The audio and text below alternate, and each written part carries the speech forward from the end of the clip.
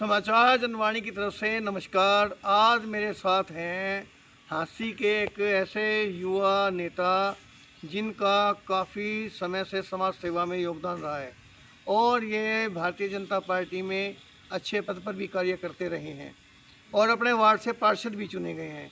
तो नाम है परवीन बंसल जी। तो आज मैं इनसे आपकी मुलाकात करवा रहा हूँ हाँसी के एक उभरते हुए हमारे नेता परवीन बंसल जी से।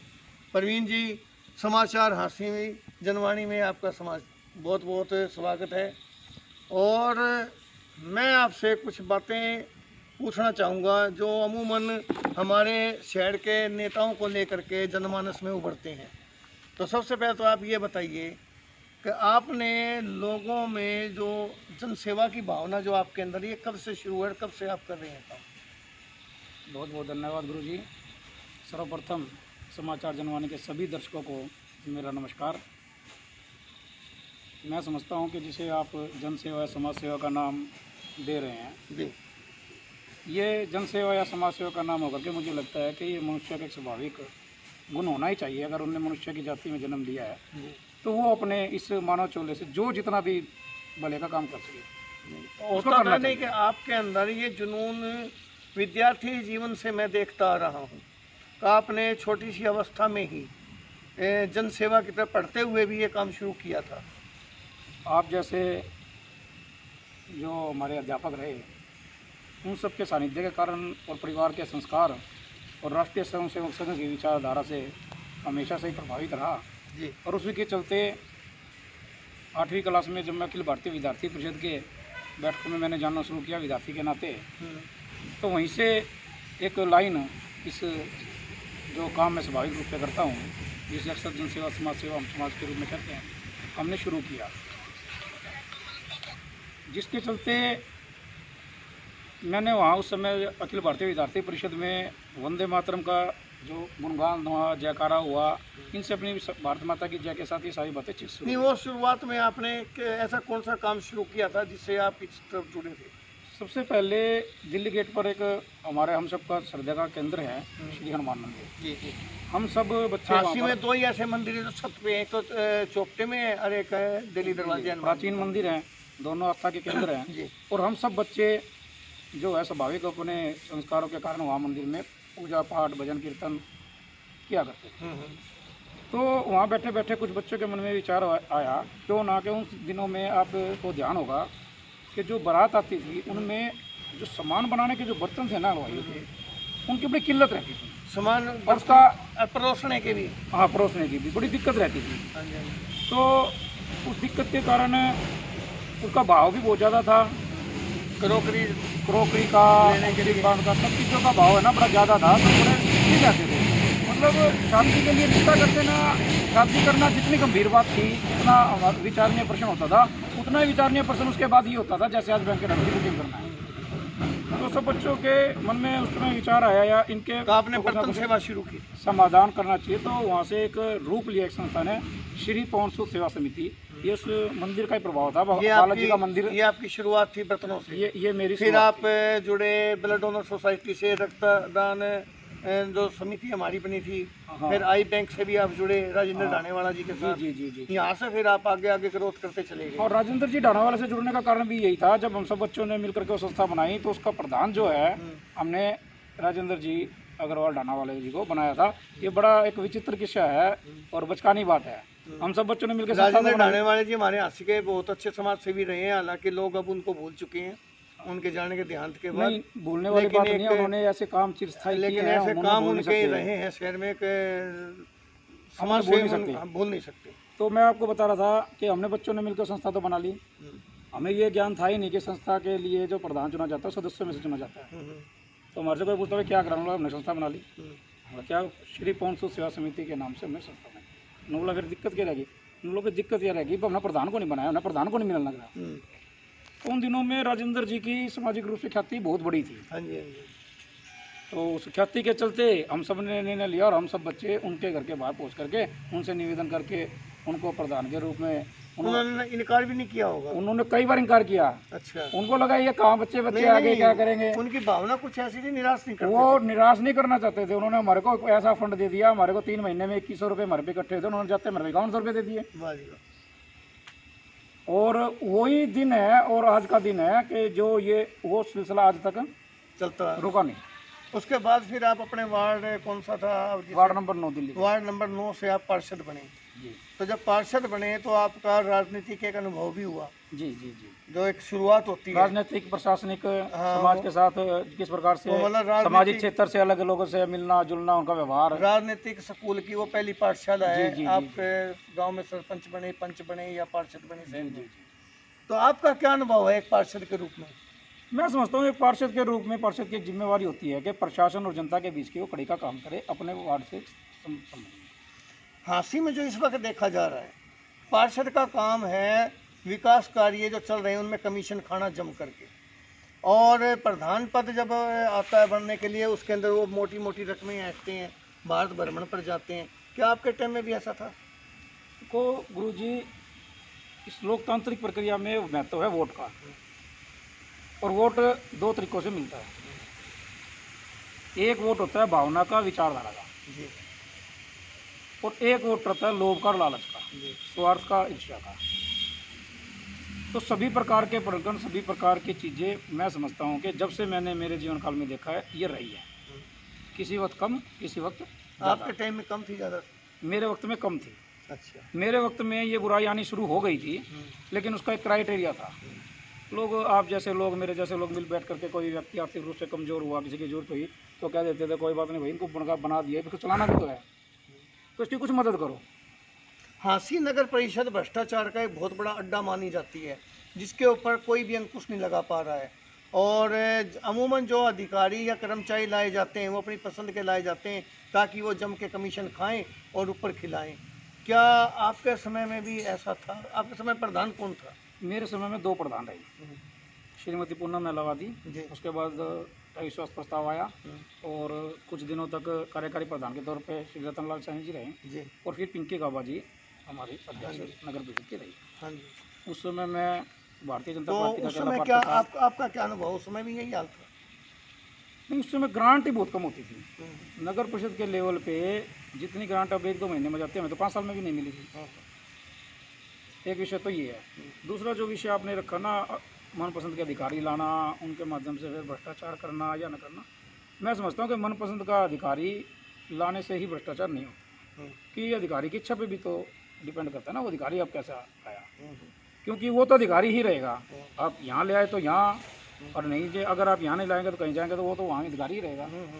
डिपेंड करता है कि आप किस नियत से उस कुर्सी पर बैठे हैं और आपको बिठाने वाले लोग कौन, और आपका जमावड़ा किन लोगों के बीच का है। जी। मैं मतलब बड़ा साफ मन से आपको एक बात बताना चाहता हूँ। हमारे यहाँ लोकतांत्रिक प्रक्रिया में पिछले दिनों जो हमारे आचार व्यवहार में एक बात आई ना, ये बड़ी आई कि जो भी सामने वाला आदमी है वो तो हो ईमानदार, 100% उसे ईमानदारी रखनी चाहिए जी। और जब मेरी कोई बारी आए तो मैं भ्रष्टाचार से करवाऊँ तो कहने वाले ये लोग मिलते हैं, कभी कभी मौका लगता है भैया तो मूर्ख है के, मतलब जो आदमी ईमानदारी से काम करना चाहता है, कर रहा है, उसको करने देती। उसको इस बात का भरसक प्रयास किया जाता है कि वो उसमें शामिल कर लिया जाए, हांसी में उसमें शामिल कर लिया जाए। फिर भी मैं इसमें एक बात और जोड़ना चाहूँगा। मैं ये समझता हूँ आज ये लोकतांत्रिक व्यवस्था बची हुई है वो उन ईमानदार लोगों की वजह से ही बची हुई है। हांसी में मुझे एक बात और देखने को मिली है कि जो ईमानदार अधिकारी आता है और काम करना चाहता है, जैसे आपने बताया, तो उसको भी बेईमान बनाने की कोशिश होती है। यहाँ एक गैंग है हमारे हांसी में जो एक मेमोंटो रखता है और एक शाल रखता है। वो अधिकारी आए तो उनको फूलों का गुलदस्ता जाए तो उनको मेमोंटो और शाल देता है, और वो फिर दफ्तर में जिये जुरी करके बाद में वो दलाली करते हैं क्रिकेट सट्टे वालों की, ओपन सट्टे वालों की, जो ब्लैक मेल है, अनाज जो डिपॉजिटरों की, या जो भी गलत काम हमारे हाथ में तो उनकी दलाली करते रहते हैं। तो ये कब सुधार हो सकता है? कभी हो सकता है, नहीं हो सकता? पीछे मैं समझता हूँ पिछले 7-8-10 सालों से इस विषय के ऊपर पूरे देश के अंदर चर्चा हो रही है। हम तो का छोटा सा पार्ट है और ये बात जोर शोर से उठ रही है कि इसका अंत होना चाहिए। कैसे हो? हमारा जो सामान्य सोशल करेक्टर है, सामान्य एवरेज, क्योंकि समाज हम लोग सब लोगों से मिला हुआ है, हम सबका करेक्टर गिरा है। अब जब समाज का करेक्टर गिरा है तो जब ही तो ये बातें आती है ना, सबको उस बेईमानी में शामिल करने की कोशिश करें। कोई ईमानदारी से जीने का काम करना चाह रहा हो तो उस पर या तो उसको शामिल कर लें, और वो शामिल ना हो तो उस पर झूठे आरोप लगा करके उसको ये बेईमान साबित कर दो, क्योंकि फिर मान तो लेगा ना सामने वाला, क्योंकि चुनिंदा लोग बचे हुए हैं, चुनिंदा लोग उस राह पे चलना चाहते हैं। आजकल हम विधायक जी के साथ भी कुछ ऐसे लोगों को देखते हैं जिनके ऊपर जमकर भ्रष्टाचार के आरोप लगते हैं, और वो हर फोटो में उनके चेहरे पीछे खड़े दिखाई देते हैं। तो लोगों के ऊपर इनका क्या असर पड़ेगा? क्या वो मानेंगे कि हमारे हाथ से भ्रष्टाचार खत्म हो सकता है? नहीं, उनके मानने ना मानने की बात नहीं है, तो हमें एक बात को समझना पड़ेगा कि दिशाएं चल किस तरफ रही है। मैं समझता हूँ भारत माता का वो लाल नरेंद्र मोदी जी जब से प्रधानमंत्री की कुर्सी पर बैठे हैं, उनके बनने से पहले तो इस देश में माहौल ही नहीं था कि भ्रष्टाचार कभी कम होगा। जब वो प्रधानमंत्री बने, प्रथम सेवक जो अपने आप को कहते हैं, उसके बाद मुख्यमंत्री मनोहर लाल जी बने, जो अपने हरियाणा को अपने आप को प्रथम सेवक कहते हैं। तो रिकॉर्ड टूट गया भ्रष्टाचार का हमारे हाथ नहीं के नहीं दफ्तरों में? नहीं, ऐसा नहीं है। हाँ जी। क्या है, मैं तो हमारी दफ्तरों के अंदर लोगों को मैं बता शराब पीते देखा कि बता रहा हूँ, मैं का कारण बता रहा हूँ, मैं मेरी बात को रख रहा हूँ कि एक मुहिम चली कि भ्रष्टाचार को कम किया जाए, और आपके सामने में जब आपको नेतृत्व मिला, चाहे वो केंद्र का मिला चाहे वो प्रदेश का मिला, वो ईमानदार नेतृत्व आपको मिल गया। लोगों की आकांक्षाएं और लोगों की उम्मीदें बहुत ज़्यादा बढ़ गई कि हाँ ये तो एक जादू होगा और भ्रष्टाचार खत्म हो जाएगा। हमारी प्रत्येक भ्रष्टाचार की इतनी गहरी है कि उसको दूर करने में हम सबको, जो लोग इसको खत्म करना चाह रहे हैं, उसमें जो लोग भी मेरा अपना मानना है, उस जो शामिल है उसको खत्म करना चाह रहे प्रवीण जी, मेरा हैं, लेकिन कोशिशें क्या हो रही है, मैंने आपको जो पहले बताया ना कि या तो उसको शामिल करने की कोशिश करेंगे, हाँ जी, वो शामिल नहीं होगा तो उसको ये भ्रष्टाचार ही बताने की ही कोशिश करेंगे। मेरा अपना तो उसके कारण ये जो कैलकुलेशन होती है, भाई मेरा मन तो ये था मैं गुरुजी के पास जाऊं, गुरुजी आजकल बहुत अच्छा काम कर रहे हैं, भ्रष्टाचार मुक्ति का अभियान चलाया हुआ है और वो कोई काम नहीं करने पा रहे हैं, तो आपके पास दो तरह के लोगों का जमावड़ा होना शुरू होगा। एक वो कि आपको भ्रष्टाचार में शामिल कर लिया जाए, और जब आप शामिल नहीं होते तो वो आपके गेट के बाहर जा करके गया था, 2 लाख रुपए गए थे, मानना को नहीं भाई, क्या करा, आज तो मेरे पे देने भी को नहीं। अब वो अंदर वो मना ही कर रहा है, लेकिन वो कहा हाँ यार ठीक हो, मान गया तो था ही, मना नहीं, मना को नहीं। 4 आदमी ये बात कहेंगे लोग मान, तो 4 आदमी में कोई एक भी मान गया तो फिर 25% में तो आपको प्रचार चला गया ना। मैं अब आपको एक बात बीच में जैसे मैं कहना चाहा था कि भ्रष्टाचार का मुख्य कारण एक और है। हर आदमी चाहता भ्रष्टाचार ना हो, लेकिन मेरा जो बेटा अधिकारी कर्मचारी है वो तो भ्रष्टाचार करके पैसे लाए, लेकिन ईमानदार हो तो दूसरे का लड़का तो हो, बात मैंने आपको पहले कही। भगत सिंह हो तो दूसरे का बेटा हो, मेरा बेटा तो डॉक्टर इंजीनियर बन के नोट लेके आए। चलो ये बात हमारी यहीं हम इसको ख़त्म करते हैं। अब अगली मैं बात आपके ऊपर लेके आता हूँ।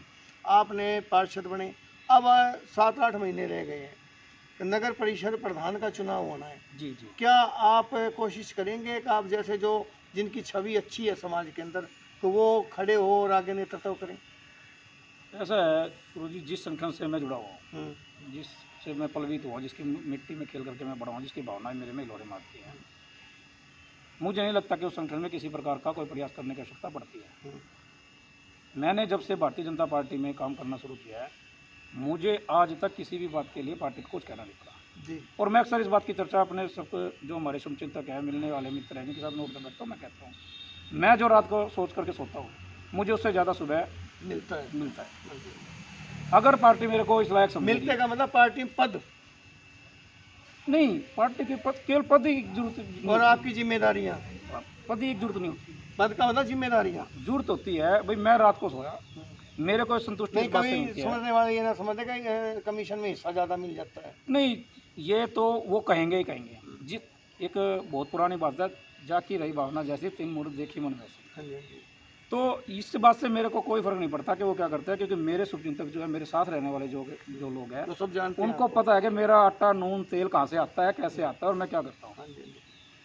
कोई क्या कह रहा है, इस बात की परवाह अगर हम करेंगे तो समाज के अंदर हम काम कर नहीं सकते। मेरा कहने का अभिप्राय ये है कि मैं जिस परिवेश से निकला हुआ हूँ, मैं हैंड टू माउथ आप सब लोगों के सामने में पता है मैं था।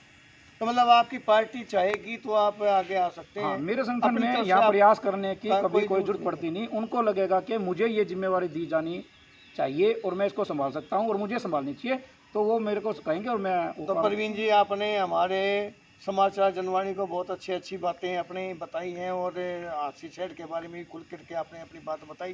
तो मैं आपका बहुत धन्यवादी हूँ कि आपने अपना समय दिया। तो हम चाहेंगे कि आपकी पार्टी आपके बारे में विचार करे कि आने वाले समय में आपको भी हांसी के अंदर नगर परिषद प्रधान के लिए एक उपयुक्त सदस्य माना जाए। बाकी तो आपकी पार्टी और हांसी शहर के लोग जानेंगे। आपने समय दिया, इसके लिए आपका बहुत बहुत धन्यवाद। बहुत बहुत धन्यवाद।